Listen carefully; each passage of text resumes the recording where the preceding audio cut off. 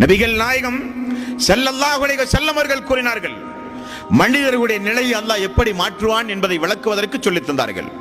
ஒரு மனிதன் தொடர்ந்து தீமையை செய்து கொண்டே இருப்பான். அவனுக்கு மரணம் வருவதற்கு முன்னதாக திடீரென அவன் நன்மையை செய்ய ஆரம்பிப்பான். அப்படி அவன் சொர்க்கம் சென்று விடுவான்.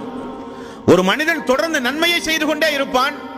திடீரென அல்லாஹ் தஆலா அவனுடைய உள்ளத்தை மாற்றுவான். அவன் நரகவாசியாக தீய செயல்களை செய்து நரகத்திற்கு சென்று விடுவான் என்றார்கள்.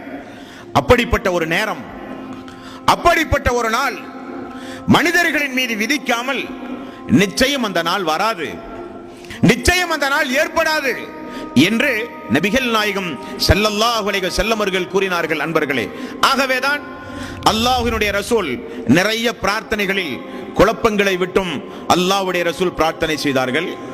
பயனற்ற கல்விகளை விட்டும் அல்லாஹ்வுடைய ரசூல் பிரார்த்தனை செய்தார்கள். குழப்பமான காலங்களில் வாழ்வதை விட்டும் அல்லாஹ்வுடைய ரசூல் பிரார்த்தனை செய்தார்கள்.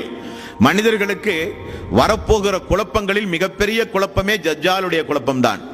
அந்த தஜ்ஜாலிடமிருந்தும் ரசூலுல்லாஹி ஸல்லல்லாஹு அலைஹி வஸல்லம் பாதுகாப்பு தேடியுள்ளார்கள் என்றெல்லாம் ஹதீஸ்களிலே பார்க்கிறோம். அன்பர்களே, இதுவும் அல்லாஹ்வுடைய ரசூல் கூறிய முன்னறிவிப்புகளில் ஒன்று.